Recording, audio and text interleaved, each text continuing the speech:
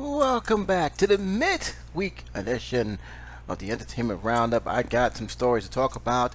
Might as well give you a little brief synopsis of what's to expect here.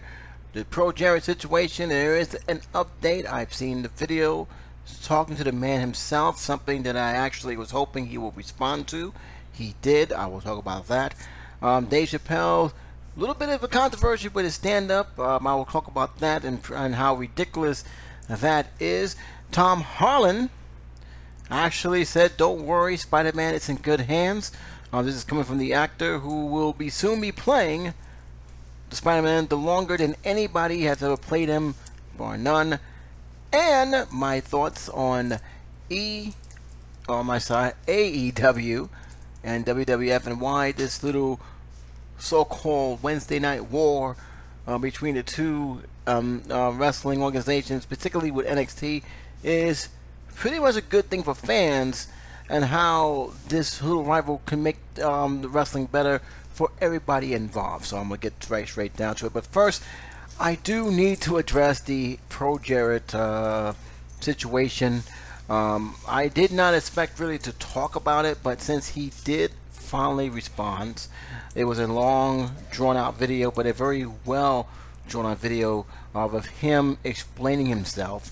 And I wanted to hear what he had to say, hear what about his side of the story, which really we didn't get a full detail. We only got it through text, but now we see a video, now we see the visual, and I think that for the most part, I think that he have done a good job explaining himself, a lot more than I actually did expect. Now there's still some criticism that I got with him, but overall I think he did a well job of, basically bringing out the evidence and defending himself throughout.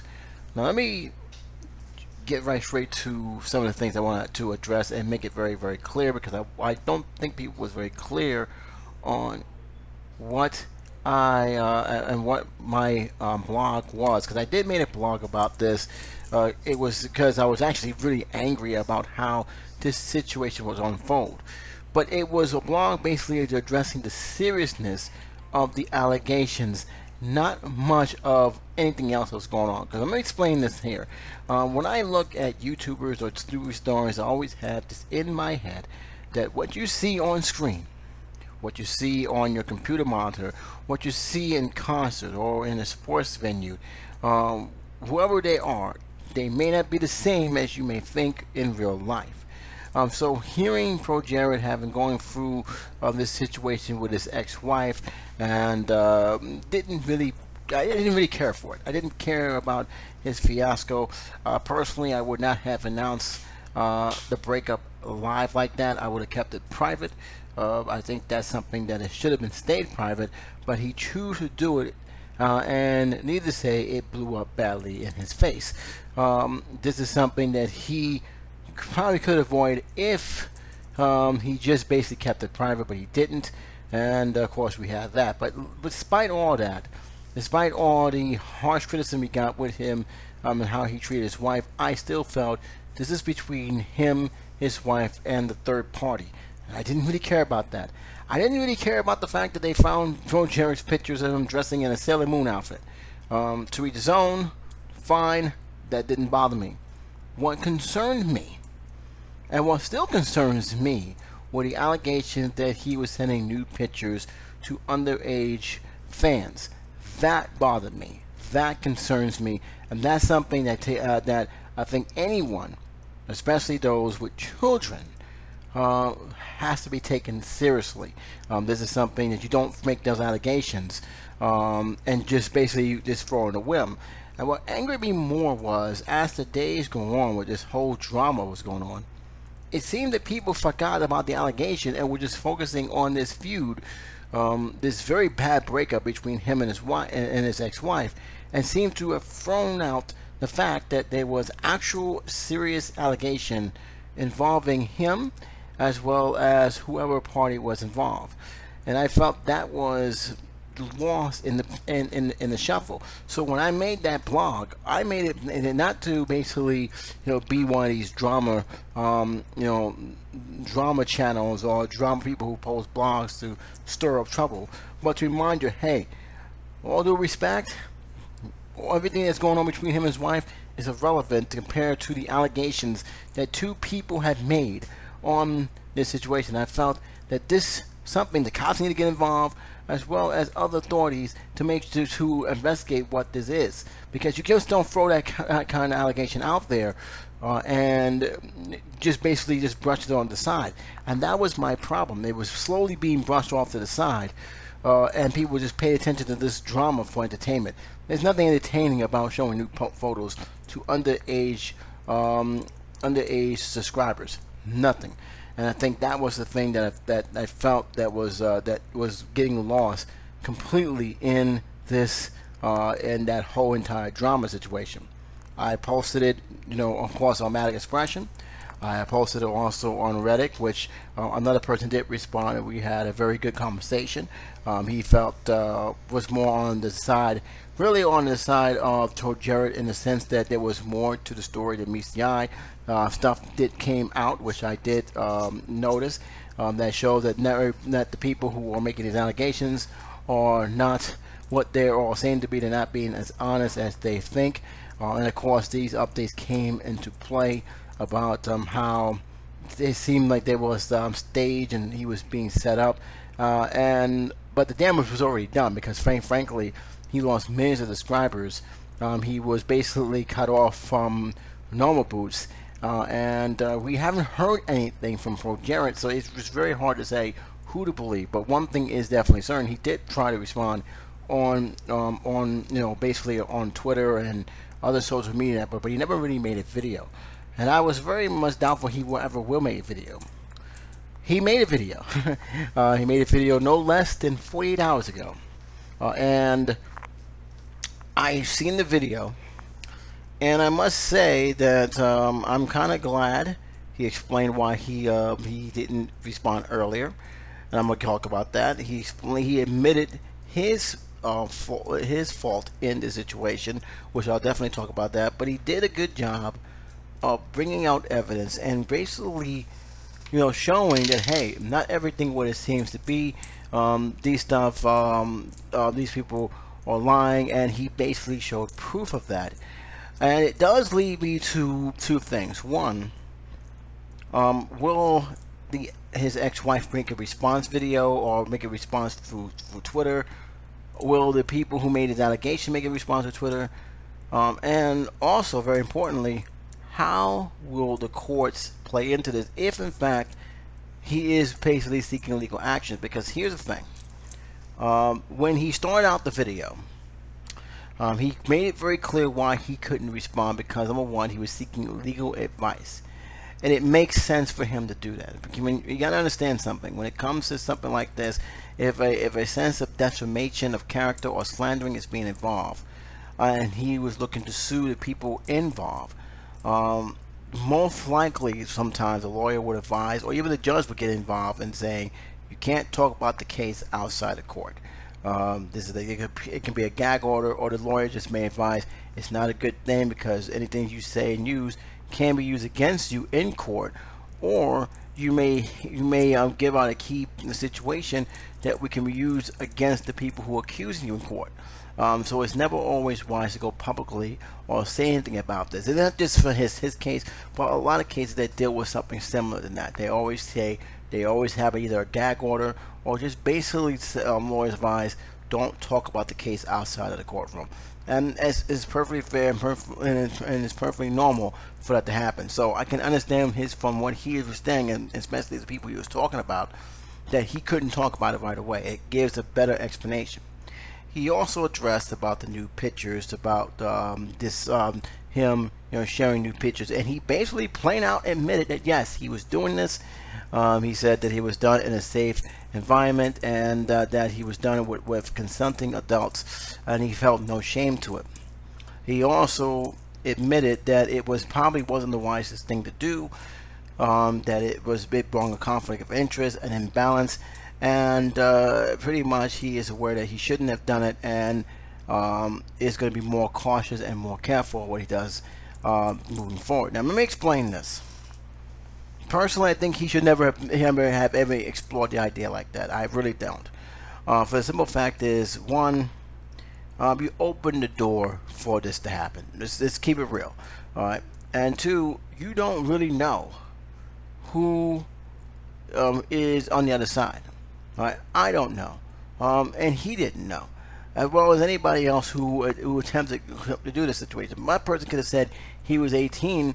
There's no proof that he can actually that actually will say, hey, he's 18. There's no way.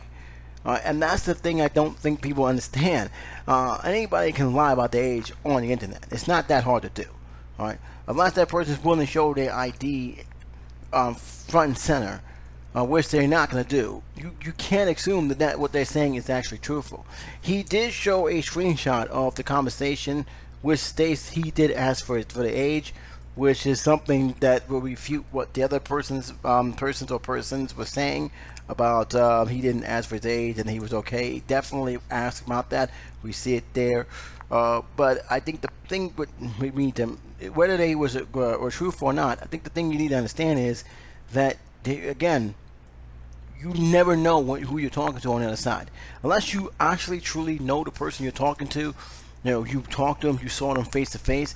You don't know what person is on the side. You're setting yourself up for a serious situation, a serious dilemma, and even possible jail time if it came to light that you did in fact, intentionally or not intentionally, send nude pics to an underage person. I think this is something that I think not just for him but anybody for that matter.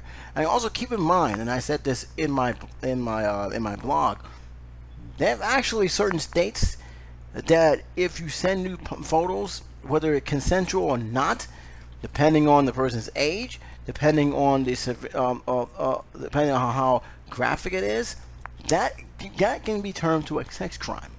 They have laws. New York has it, and New Jersey has it. There's been people actually fighting against that with very little results. They're not playing around with that, and the reason why is that they are trying to deter people from from exploiting others, especially young children, from sending nude pics online, whether it's by phone or by computer. There are actual states who are doing this. New York and New Jersey especially. It's illegal to send pics. It's illegal to receive it in those two states. So I'm just keeping it out there. And two, you got to remember, don't you have to look far from the states I just mentioned. Look at the history of the crimes that has been done. You follow a YouTuber is spending a quarter of a century now for what he has done, manipulating and using people, and asking them to do all kinds of stuff. This is some of the stuff that every YouTuber, everybody, celebrity or not, should take into account, that they are not playing games with this. This is one of the reasons why I was very serious when these allegations come up. Now, he has basically also made it very clear that that it was not of his best judgment, and I'm glad he did. Hopefully, we don't have to hear from this again in the near future. But he did bring up that issue. He did address it. I'm glad he did address it. And he also brought up one very important thing: how the two accusers actually deleted their tweets. That is very interesting. I was kind of curious as to why. The only explanation I kind of asked is, one, they knew that they were lying, and eventually the truth would come out. And two, it probably got a quarter or two removed those texts, and to basically again have a hush order saying not to talk about the case until further notice. We don't know, but what we do know is they did remove those texts, bringing suspicions towards them. Another thing is, again, he definitely refuted the fact that all the stuff they were saying, he basically had evidence one by one, showing like this is not true, this is what it is, this is the date, this is the time, and that's very important. One of the things that all the time when it comes to certain allegations, when people want to prove their evidence, people want to prove their innocence, or just basically want to prove a case against the other, you want to have dates, but you also want to have a time and when did this stuff happen, so that way they can go back and actually, okay, is this what the case? If they're saying what he's saying is true, then how is it not matching up for what this person is saying? So it's always good to know to keep that in mind. About it's not just about it's not true, you gotta believe me. No, you want to have that evidence. That's why teachers and professors that I had taken class with always say, keep your receipts. That could be important evidence in case somebody trying to accuse you of not being somewhere. Well, no, I was here. Here's a receipt. There's a time. There's a date. There's a store's name. There was also one thing that was brought up that projared did, and I was actually glad he did.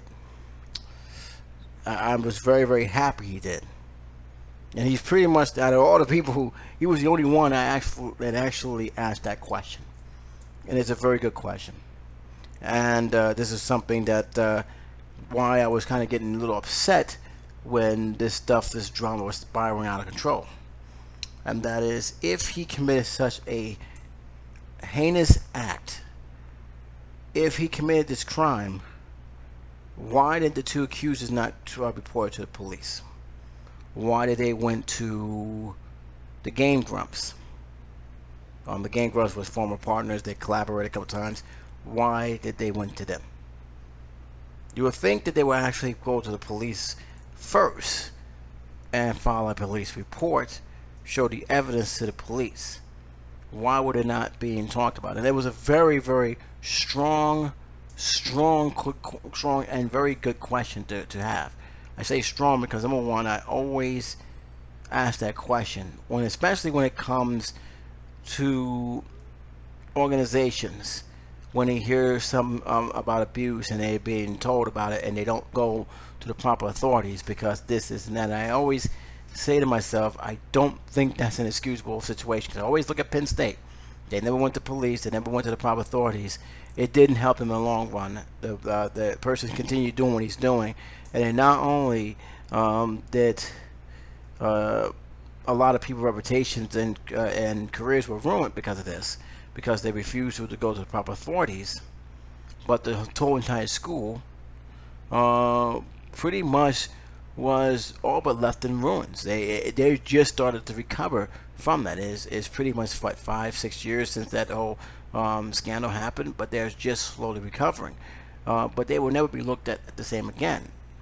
And that was the thing that always seemed to bother me. I said, why is it that when it comes to these cases that these people don't report to the police? And Jared pretty much threw it out there. He called them out. If I did this crime, why didn't you go to the police? And before you answer that question, you can't say that they were scared about their reputation, because they went to the Game Grumps. They went straight to them. Game Grumps are not the cops.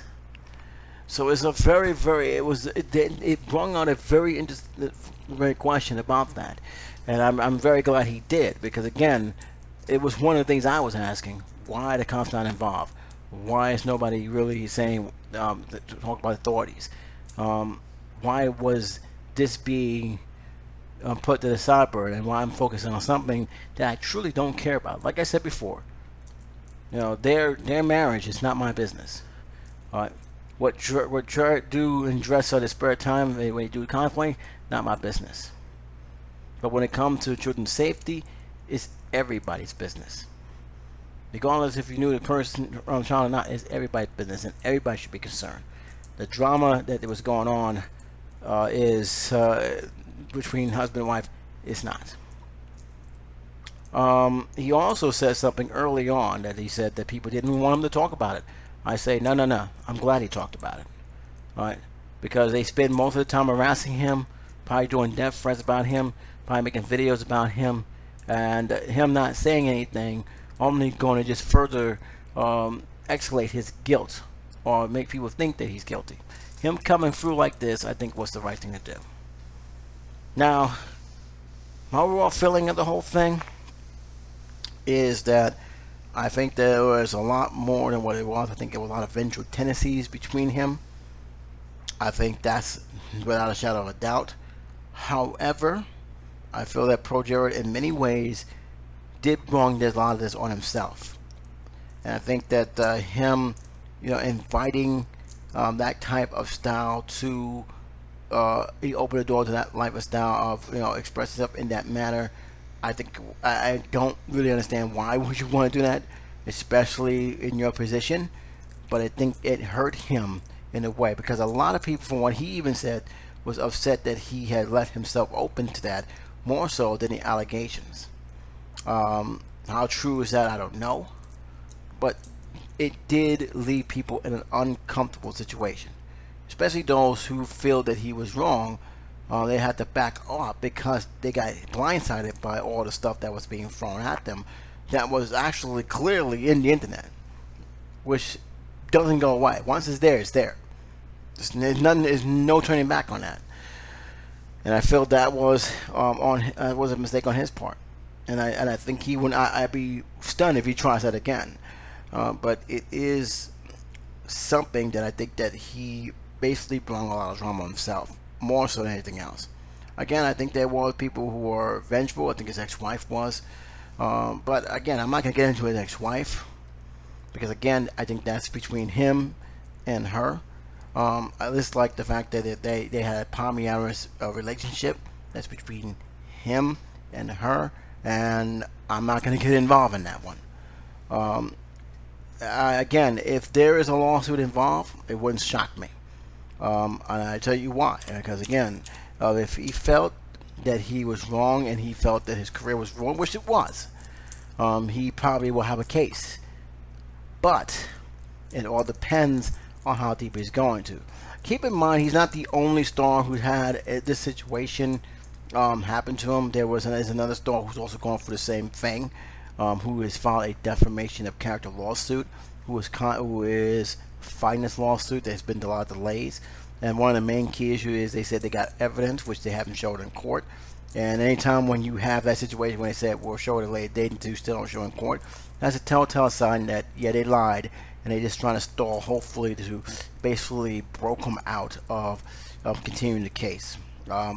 Thankfully, he has enough fans that actually want to keep the case going, and I'm kind of curious how that's going to stand out. But in this case, I don't know how deep this is going to go, but I do know that if he chooses to, he may have and he has the evidence, and evidence stinks. He may have a good situation, and it may not look good for those who accuse him of these allegations. It may be interesting to see how that's going to go. But I'm glad he talked.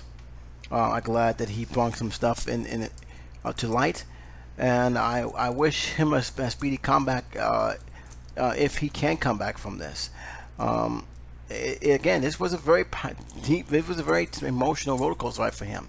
So again, and if this is the case that they did this to get back at him, shame on them. You don't make allegations like that. That's a serious allegation on it, if in fact that is the case. But we won't know for sure unless some legal action, whether it's from projared or from the people who accused him. We won't know how far that goes. All we know is that he did respond. So far, nothing came out of it in terms of the law concerned, and you're only going to assume that it is he say, she said, bitterness between ex newlyweds. That's the best I can say. But what do you guys think about this? I'd like to hear your opinion on the matter.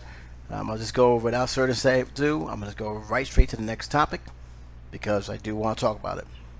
Now, as you guys have probably heard, it's been a week now since the announcement that Spider-Man is no longer part of the MCU. A lot of people are freaking out. But I can tell you right now, I'm not at all upset nor mad. I do think that Spider-Man will be fine. And pretty much the attitude that Tom Holland, who has played Spider-Man in these in the MCU, as well as throughout the Avengers, have said some stuff that that pretty much solidifies that he can't wait to get back into the big screen. It says here, according to, let me just make sure, GameSpot, the article is by Eddie McCall. This was done on the 28th of August of 2019. It said, even if Spider-Man leaves the Marvel Cinematic Universe because of dispute between Disney, Marvel Studios, and Sony, Tom Holland will return to take on the role as Peter Parker. Last weekend at the Keystone Comic-Con in Philadelphia, the Spider-Man actor confirmed that there is likely to be at least one more Spider movie with him in the lead role, according to GameSpot sister site comic book. Now, keep in mind, he signed for 2 more. All right, I don't know if the last one is an option, but he is confident that he's definitely going to be back, and he can't wait to start. In fact, Holly pointed out that he and the creative team have already pitched the third Spider-Man movie. It was previously confirmed that Far From Home writer Chris McKillen and Eric Sumter will return for the third movie, and they will apparently be taking outside of the box approach for their concept of it. We sat down with some of the creative. We've pitched Spider-Man 3, which is going to be somewhat very special and is going to be somewhat very different, Holland said. It's unknown report from Marvel. Marvel is now trying to hire West for another movie, and he is not yet signed on for an additional Spider-Man film. Holland also spoke about the future of Spider-Man, and he refers to the Marvel as the past tense and Sony as the future. So he's already moving forward, and that's good. He can't just be dwindling and being worried about what happened. He has to focus on here and now, and actually that's good when you have an actor who says, okay, this is it. I know what has happened, but I don't have control about it, but I do know that I have a job to do. I can't wait to get that job to do. Let's get the ball rolling, and that's what he's doing. This is something he has said. He said, I'm just so grateful that Marvel changed my life and allowed me to dream to come true, and Sony allows me to continue living my dream. He said, it is a crazy week and it's never been done before, so we'll see how it goes, and it will be amazing and fun. Like I said, he knows that he has no control of what happened, but he's looking positive and he's keeping positive. And for the record, that's what you want to hear from your actor. You don't want to hear what your actor going on television, screaming, yelling, and mocking, doing all this other stuff that will pretty much cost him the job. I'm hinting at Andrew Garfield. That was one of the main reasons why he was no longer a part of Spider-Man after Spider-Man made Spider-Man 2. It says here also that Holland is not clear how the next film will be different, but he may be able to glean insight on MCU's boss Kevin Feige months before the split, and he said in an interview in the Comic Blend that he's going forward. Spider-Man will be less in the shadow of a larger MCU. So in no terms of a question about going forward, it will be fun to see Spider-Man back in his element, out of the shadows of Tony, out of the shadow of the other Avengers, as his own man now and his own hero, Feige said. And yet, now facing his own challenge, and isn't coming from Avengers fighting like Civil War or allies coming like Infinity Wars and Endgame. It is all Peter Parker, focusing on Parker's base. It sounds as if more traditional Peter-focused solo films was already being planned before the split, and approach will make sense in the post-MCU Spider world. And a key word here, it sounds like they already had plans. They had plans. They had plans. Can we please keep it real here? Like I said before, Sony didn't want to share their milk and honey. And let's be honest, that's their milk and honey. And they wasn't going to give a control of their milk and honey that they had for so long to another studio, no matter how good they did in the MCU, no matter how much they have actually benefited from the MCU. Sony wants to do their own thing with Spider-Man, and that's exactly what they want to do.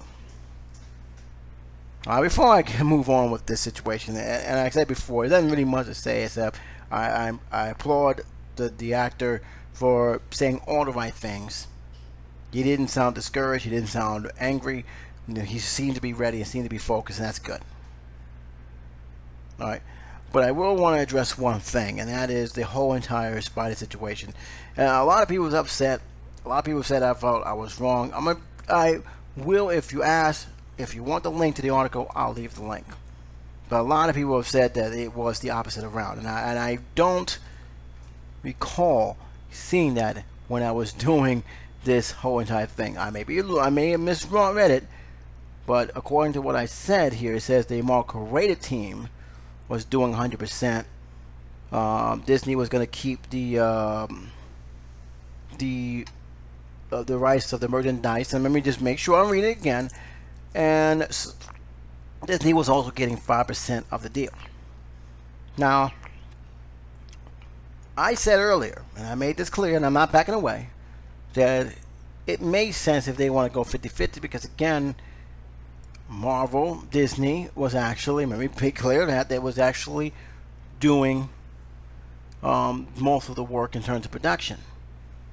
So it makes sense from a production side that it would make sure. And I'm reading it again. It says an internal deal between the two companies. Sony would allow Marvel creative team to integrate Spider-Man into the cinematic universe and would put up 100%. Now, if I'm reading it as Sony will put up. Now, if this article didn't say Sony, it said and would put up. So I'm assuming that it was Marvel. I didn't know it was Sony that was doing it. Everybody said it was Sony, not Marvel. I said, okay. But if I'm reading it what it says here, if you want me to leave a link, all you have to do is text me. Or in the comment section, I'll give you the link. But it says here, again, let me just read it one more time.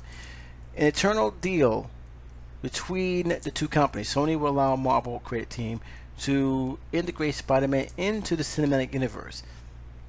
And would put up 100%. If that means that Marvel or Sony is going to do this, and they will put up 100% of the production costs, in exchange that Disney receive 5% of the first dollar or 5% ticket sales from the first day of release, and retain the merchandising rights from the character. Sony would recap the rest of the stuff. If that was the case, then it says Sony would do this and this, then my apologies. And yes, I will say Disney's an idiot. Because if Sony's putting up the production cost 100%, and you're still keeping 100% of the merchandise, plus 5% of the ticket sales and 5% of the 5% of the first day sales release, and you want more, and you're not even giving up the merchandise rights, then shame on you. You just messed up. So that what I will say, but I did not read it the way it was. I thought it was a different way it was. I thought they was doing, that Sony was doing 100%. I thought that, no, I'm sorry. I thought that Marvel was doing 100%. Not the other way around. That's why I said if it only felt likely, it's only fair that, hey, we're production costs, we're doing all this. So can we do 50-50 on this? That way it will keep the production costs low. I didn't know Sony was doing all that. So for Disney to come out of nowhere and ask for a 50-50, knowing they gotta still keep the merchandising rights, that does not make no sense. And then hearing the rumor that they did that's because they have more power over Disney characters, well, you just ask Sony to leave. You just ask him to leave. Simple as that. So again, if that was the case, my mistake, my apologies. But like I said, the way they've written it here, I was assuming that Marvel was going to do its creative team and fork up 100% of the production costs. That's how I read it.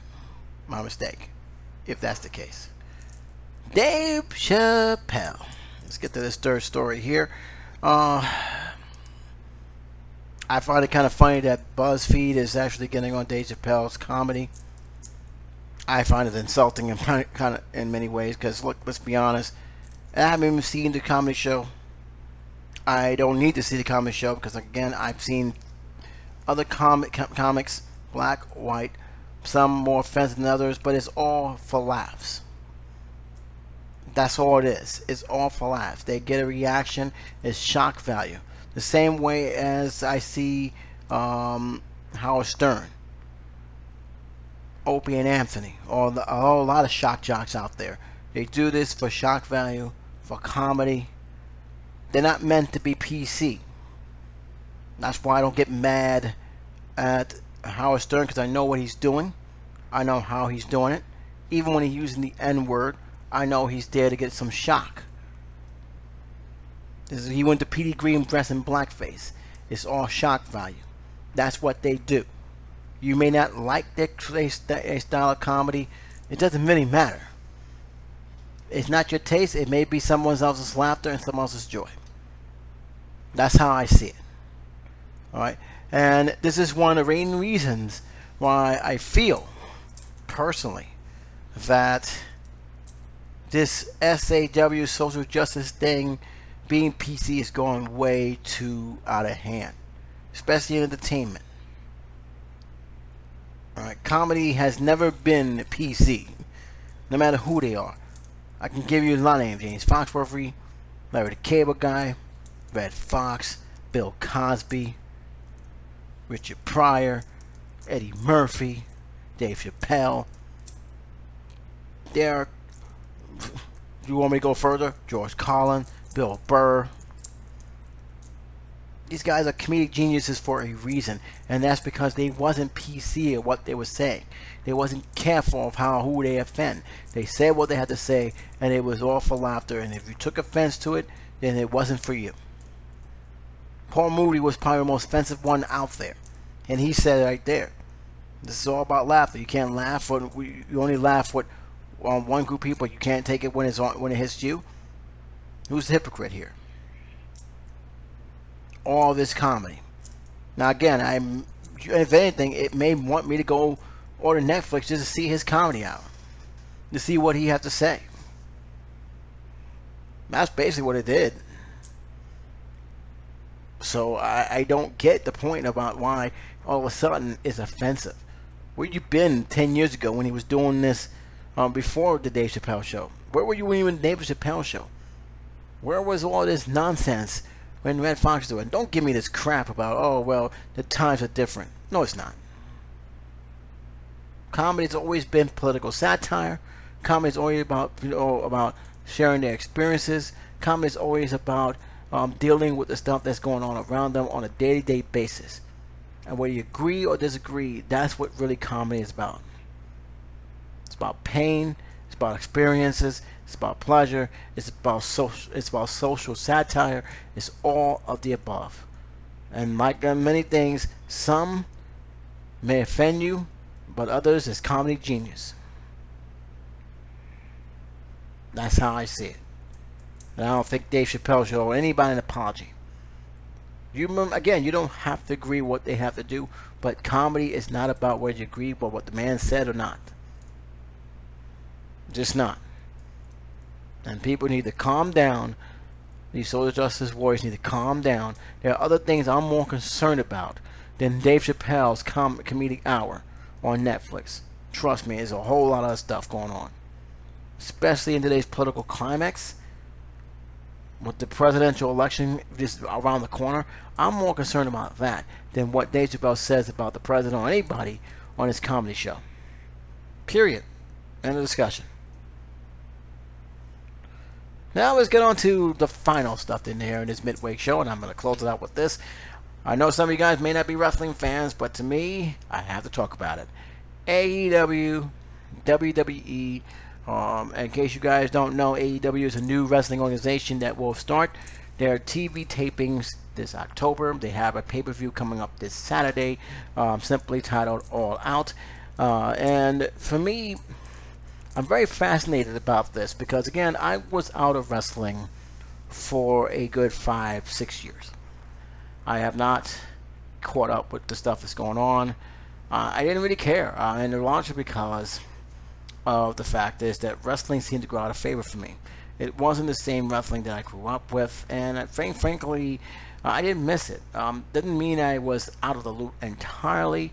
I do watch certain YouTubers who dedicate themselves to talk about wrestling.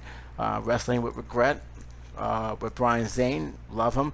A new channel that I recently described, JD from New York. Very good on the mic. I love his commentary. There are some things I agree with, some things I don't agree with, but overall, very entertaining, very engaging. Love his show. He keeps me in the loop of what's going on in wrestling, particularly with all three of the brands of SmackDown, Raw, and of course their developmental league, simply known as NXT. There's also Wrestler Talk. There's also WrestleMania, which I actually is my personal favorite out of all of them. So I've been keeping myself in the loop of what's been going on through them. And, you know, I recently found out about what's going on through AEW, look at the history of AEW. But again, I wasn't really gonna just jump into it. What got me into AEW was really more of how they promoted their brand, which was unique and well done. I mean, when they did a promo, it wasn't just a promo. It was a promo video presentation, and it was done so well. It was like, this was so different and so fresh that I actually really was interested in seeing what they have, what they was going to deliver. And when I saw their first pay-per-view, Double or Nothing, which I consider to be the second one, I always felt that All In was their official first one. It just didn't have the AEW title yet. I was very curious of what was going to happen. I was actually entertained. I thought the best match by far was the Rhodes brothers, Dusty versus Cody. It was very done, very emotional. I got choked up at the end of that match. That's how good it was. And that match really, if anything else, really said, this is why I loved wrestling. This is why I was such a fan for a long time, was how the story was not told by, dialogue, but mostly just by in the ring actions, and how the wrestlers perform was the story within itself. And this is why I was so much involved and so much invested into wrestling for so many years. Of course, they had some hiccups, not just from Double or Nothing, but pretty much throughout most of the pay-per-views that they had, or pretty much not pay-per-view but free-for-alls. But it really showed that they can actually have room for improvement, and I hope they do. I just recently heard they finally acquired Tony Schiavone, which I think is a great move to help their announce team, which I think they desperately need. I think that's one of their biggest weakness.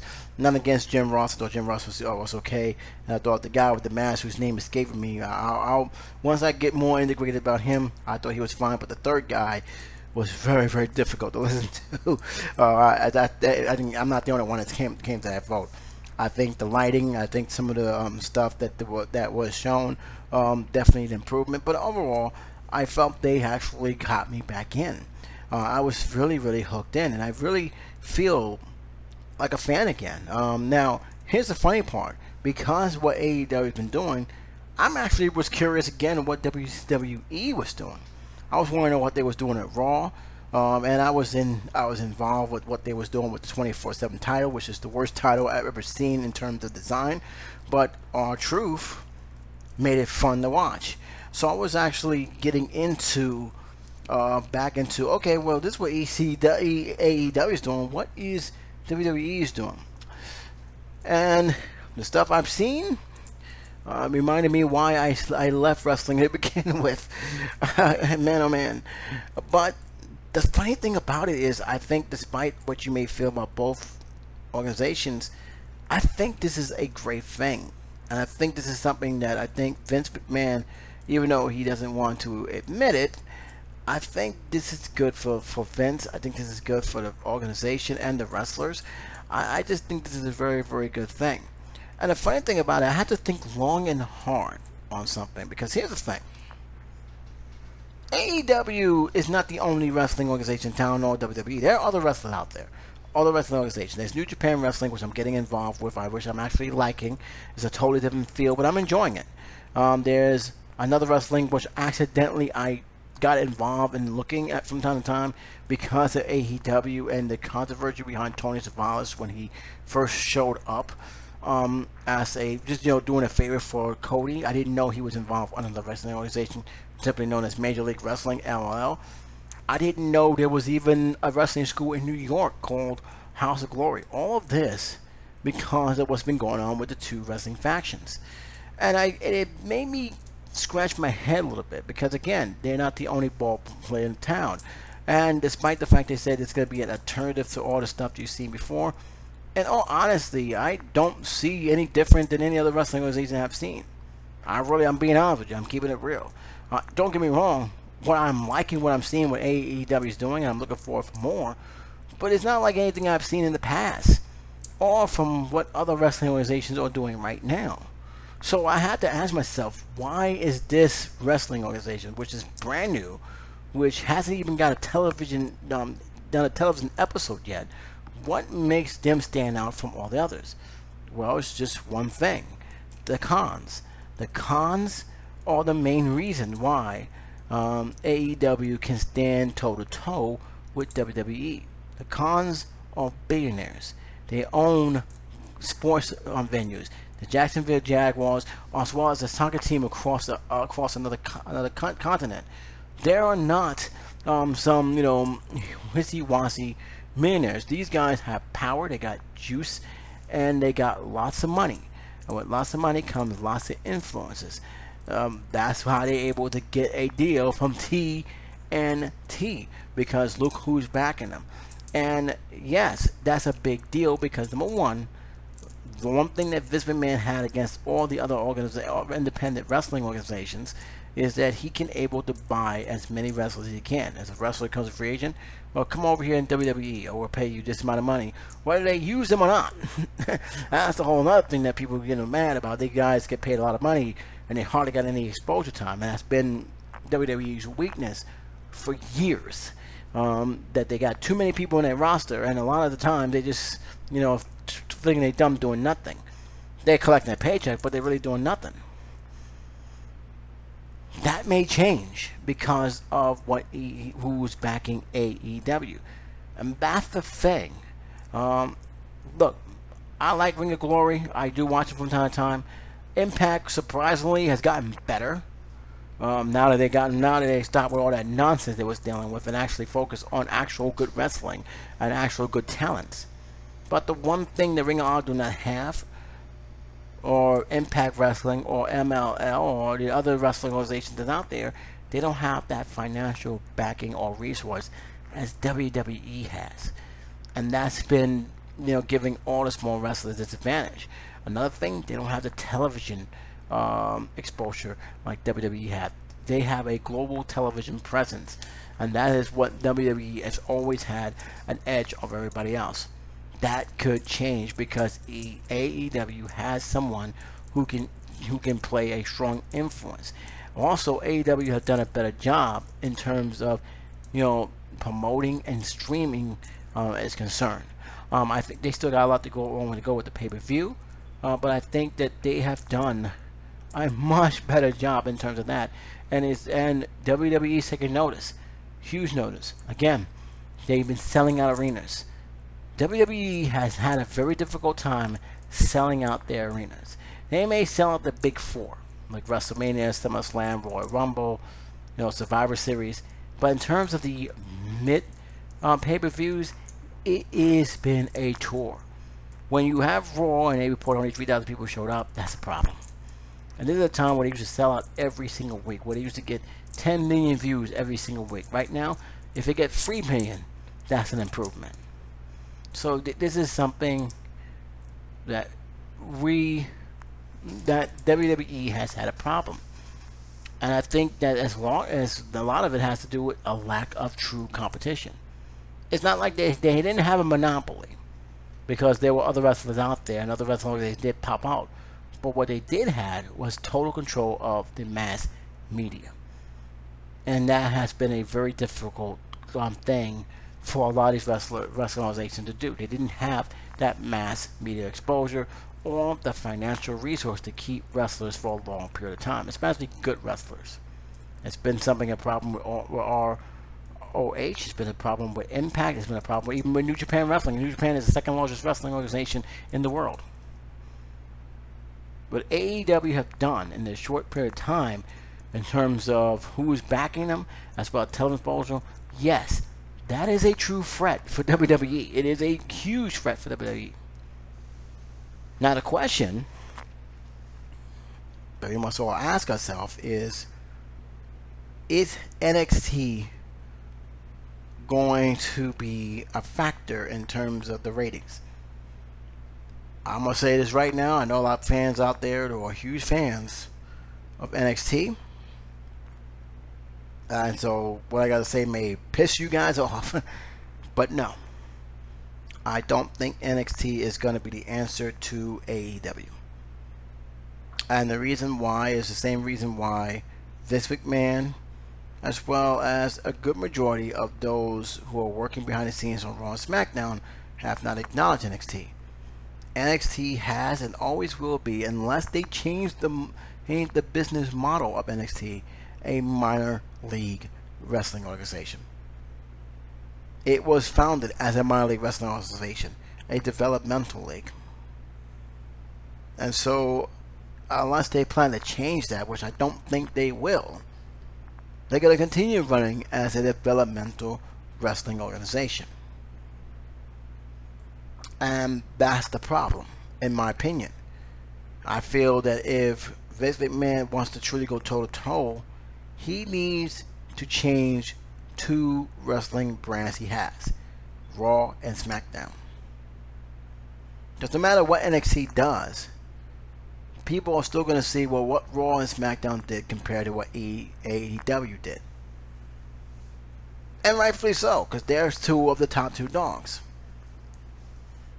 Did SmackDown and Raw sold out? Did SmackDown had a good show in terms of story and wrestling? Did SmackDown or Raw had something that basically got people want to come back for more? People are going to be more focused on that in NXT. Don't get me wrong, NXT has their fans. It's deemed by so many people as the best thing that they ever done. It's the best wrestling brand they have. But I got to keep it real here. It is still a developmental wrestling organization. What goes on, just because the person has a great career in the developmental league doesn't necessarily translate into the big arena. And as long as Vince is doing God knows what with these wrestlers, from changing their name, changing their style, and everything else, the chance of them having success there is very, very slim. There's wrestlers' chances of survival in there in Raw and SmackDown is very, very slim. But let's put that aside for a minute here. Let's just focus, because I know NXT is going to be going head-to-head with AEW. There's pressure for these wrestlers to succeed is going to be 10 times fold, and I don't feel that's deserving of that. I feel that's a mistake for Vince. I feel that going head-to-head against them is a mistake, especially with the wrestling organization he's trying to do with. I think it should have stayed on stream for an hour. It's great in that format. And I felt that it should have stayed the way it is, a developmental wrestling organization. That's how I see it. Now, unless he's changing it, fine. And put a more of a official brand where there's going to be a top tier wrestling organization, like third to SmackDown and Raw, fine. But if they're not going to change it, you're putting a lot of pressure for young wrestlers who may not be able to put up the task. That's just my opinion on that. AEW, yes, they got a lot of young talent. They got young stuff. But here's the thing. They do have a strong backing. They do also have a couple of wrestlers. One is injured. I'm aware of the Moxley situation. But they have enough talent that they can actually even the fact that NXT can have a 2-week window. Once they come in, if nothing doesn't change, especially with Raw and SmackDown, I don't think everybody is a fan of NXT. And unless you got WWE streaming service, you probably won't even know what NXT is. You probably have a more better shot of knowing what AEW is, because you probably saw their promo videos, and you probably saw their pay-per-views and say, hey, I'm an NXT fan. But it could be wrong. It could be. Maybe I may be proven wrong. This may be the thing that Vince McMahon needs. But I just don't see it. I really don't. I think the true test is how they improve on the two major brands they got right now. And trust me, NXT is not the issue. Raw and SmackDown is. They need to improve on those two shows, especially when SmackDown's going to Fox. You want to improve on those two shows. But that's my opinion. Love to hear from you guys, what you guys think. And as usual, leave your comments on the circle. I'd like to hear what you have to say. And until next time, guys, J77 saying take care, be safe. I'll talk to you soon. Bye-bye.